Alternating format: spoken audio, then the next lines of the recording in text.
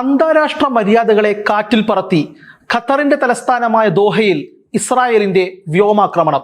അമേരിക്കയുടെ സുഹൃത്ത് രാഷ്ട്രം എന്ന നിലയിലും US മുന്നോട്ട് വെച്ച വെടിനിർത്തൽ ചർച്ചകൾക്ക് മധ്യസ്ഥത വഹിക്കുന്ന രാഷ്ട്രം എന്ന നിലയിലും ഖത്തറിനുമേൽ ഇസ്രായേൽ നടത്തിയ ഈ നീചമായ പ്രവൃത്തി ഇതിനോടകം അന്താരാഷ്ട്ര തലത്തിൽ ഏറെ ചർച്ച ചെയ്യപ്പെടുകയാണ്. മധ്യസ്ഥ ചർച്ചയുടെ ഭാഗമായി ഖത്തറിൽ ഒരുമിച്ച് കൂടിയ ഹമാസിന്റെ പോളിറ്റ് ബ്യൂറോ അംഗങ്ങളെ ഉന്നം വെച്ചതുള്ളതാണ് ഇസ്രായേലിന്റെ വ്യോമാക്രമണം.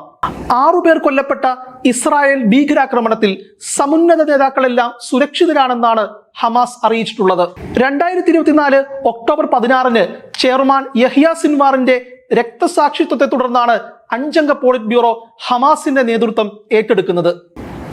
ആക്രമണത്തിനായി ആരെയൊക്കെയാണ് ഇസ്രായേൽ ഹിറ്റ് ലിസ്റ്റിൽ ഉൾപ്പെടുത്തിയിരുന്നത് എന്ന് നോക്കാം.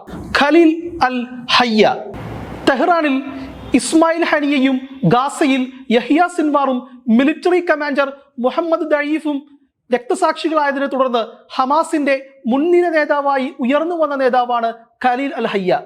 1987 ഹമാസ് രൂപീകരിച്ച കാലം മുതൽ പ്രസ്ഥാനത്തോടൊപ്പം ചേർന്ന അൽ ഹയ്യ 1960 ഗാസ മുനമ്പിലാണ് ജനിക്കുന്നത്.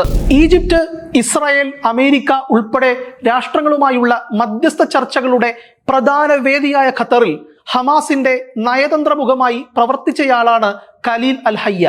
2007 ഇസ്രായേൽ ആക്രമണത്തിൽ വീടും കുടുംബവും അദ്ദേഹത്തിന് നഷ്ടമായി. 2014 ഇസ്രായേൽ കൂട്ടക്കുരുതിയിൽ ഹയ്യയുടെ മകനും മരുമകളും പേരക്കുട്ടികളും അടക്കം കൊല ചെയ്യപ്പെട്ടു. ദോഹയിൽ നടന്ന ആക്രമണത്തിൽ അദ്ദേഹത്തിന്റെ മറ്റൊരു മകൻ ഹുമാമും കൊല്ലപ്പെട്ടതായി ഫലസ്തീൻ മാധ്യമങ്ങൾ റിപ്പോർട്ട് ചെയ്തിട്ടുണ്ട്. 2024 ജൂലൈ 31 ഇറാൻ തലസ്ഥാനമായ ടെഹ്റാനിൽ ഇസ്രായേൽ നടത്തിയ ആക്രമണത്തിൽ ഹമാസ് തലവൻ ഇസ്മായിൽ ഹനിയ കൊല്ലപ്പെടുമ്പോൾ ഖലീൽ അൽ ഹയ്യയും അദ്ദേഹത്തിനൊപ്പം ഉണ്ടായിരുന്നു. ഖലീൽ അൽ ഹയ്യയ്ക്ക് പുറമെ ഹമാസ് നേതൃ കൗൺസിൽ തലവൻ മുഹമ്മദ് ദർവിഷ്, ഹമാസിന്റെ മുഖ്യ സാമ്പത്തികാര്യ മേധാവി സാഫർ ജാബറിൻ, മുതിർന്ന ഹമാസ് നേതാവ് ഖാലിദ് മിഷ്അൽ, ദീർഘകാലമായി ഹമാസിന്റെ നേതൃത്വം വഹിച്ചിരുന്ന നിസാർ അവാദുല്ലാഹ് എന്നിവരും ദോഹ ആക്രമണത്തിൽ ഇസ്രായേലിന്റെ ഹിറ്റ് ലിസ്റ്റിൽ ഇടം പിടിച്ചവരാണ്.